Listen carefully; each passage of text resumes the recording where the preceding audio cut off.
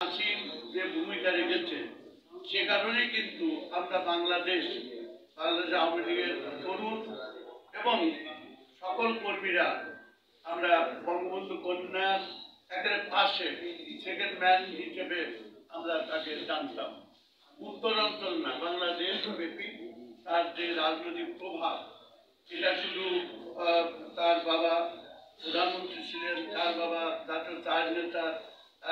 একজন অন্যতম নেতা ছিলেন, শহীদ পরিবারের নেতা ছিলেন মোহাম্মদ নাসিম, তা নয়। তিনি তার ব্যক্তিগত অভিজ্ঞতা, মেধা দিয়ে এবং তার সাহস দিয়ে প্রমাণ করে গেছেন যে মোহাম্মদ নাসিম তিনি নিজেই একটা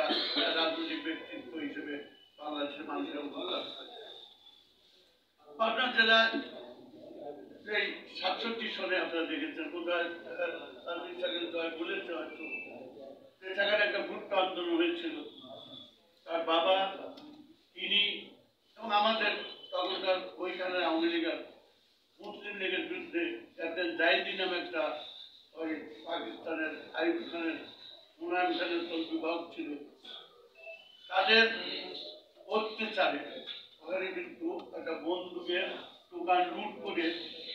সেই সময় মুসলিম লীগ শাসকদের বিরুদ্ধে যুদ্ধ করেছেন। তার মধ্যে মোহাম্মদ নাসিম একদম ছিলেন।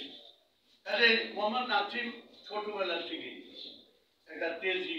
একটা মানুষ ছিলেন, যেটা আপনাদের বিরোধী দলের রাজনীতির সময় ওই রাসেল স্কয়ার বলেন আর আওয়ামী লীগ অফিসের সামনে বলেন,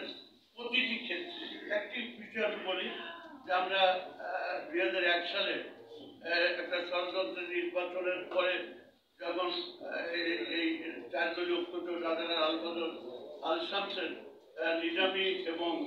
খালেদা জিয়া রাষ্ট্রীয় ক্ষমতা, তখন আপনাদের মনে আছে এই যে আমাদের উদ্যানে একটা অনশন ধর্মঘটের আহ্বান করেছে। সেদিন কিন্তু তারা এই যে ঘেরাও করে রেখেছিল, একজন আওয়ামী লীগ নেতা কর্মীকে ঢুকতে দেয় না। যে যেভাবে এসেছিল অত্যাচারিত হয়, কেউ রক্তাক্ত হয়েছে, কেউ আহত, সেটা হাসপাতালে ভর্তি হয়েছিল। তখন মোহাম্মদ নাসিম, আমি দেখেছি প্রেস ক্লাবের সামনে, মোহাম্মদ নাসিম আমার প্রয়াত আওয়ামী লীগ নেতা সাবেক ভূমিমন্ত্রী, তারা আপনাদের কিছু নেতাদের নিয়ে কয়েকজন মাত্র এই প্রেস ক্লাবের সামনে বসেছিল। আমরা আইনজীবীরা, কামরুল ভাই হয়তো থাকতে পারেন, আমরা আইনজীবীরা 100 মাত্র আইনজীবী, আমরা দুপুর বেলায় আইনজীবী সমিতিতে বললাম আমাদের নেতাদের ওরা মারধর করছে, নির্যাতন করছে, কোরবানি উদ্যানে থাকছে না। আমিরুল ইসলাম সাহেবের সে করে আমরা সম্মিলিত আইনজীবী সুরমের পর্যন্ত মিছিল করলাম, মাত্র প্রায় 100 আইনজীবী ছিলাম। আমরা এদিক দিয়ে এসে আমরা পুলিশ ব্যারিকেড ভেঙে দেখি মাত্র কয়েকজন বসে আছে। এইরকম নির্যাতন নিপীড়নের মধ্যে মোহাম্মদ নাসিমকে আমরা দেখেছি মাথা উঁচু করে নিয়ে গিয়ে যেতে। আজকে এই মুহূর্তে যেখানে বিএনপি, জামাত, রাজাকার আলবদে আস্ফালন, এখন আমরা বিভিন্ন ক্ষেত্রে লক্ষ্য করি মোহাম্মদ নাসিমের মতো লোক, মোহাম্মদ নাসিমের মতো নেতৃত্ব ব্যক্তি, এটা আমরা অভাব অনুভব করি। এরপরে বলবো নাসিম সাহেব তার কার্যক্রমের মধ্যে দিয়ে যে দক্ষতা, যে সাহসিকতা দেখে গেছেন কর্মীর মাঝে, আমরা নতুন প্রজন্ম আসুন, আমরা ধূমপান মুক্ত, মাদক মুক্ত থেকে শুদ্ধ মানব সম্পদ হিসেবে বঙ্গবন্ধু কন্যা শেখ হাসিনা পাশে থেকে তিনি যেমন এই অভ্যন্তরীণ এবং বহিরাক্রমণকে মোকাবেলা করার সহযোগিতা করেছে, আমরা সেই রকম একটা আদর্শিক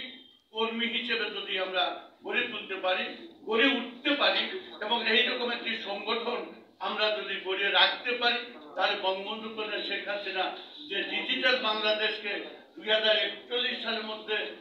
স্মার্ট বাংলাদেশ প্রতিষ্ঠা করতে এবং 21 সালের মধ্যে একটা ডেল্টা প্রকল্প দিয়েছেন, বঙ্গবন্ধু রেখে যাওয়া সোনার বাংলা, এই মানুষগুলো আন্তর্জাতিক বিশ্বে মাথা উঁচু করে এগিয়ে যাবে, সেটা কিন্তু আমরা নতুন প্রজন্মের কাছে দেখে যেতে পারবো।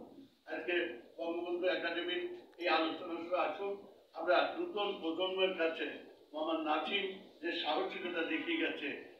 সংগঠনের বিভিন্ন সংকটকালীন অবস্থায় নেতার নেতৃত্বে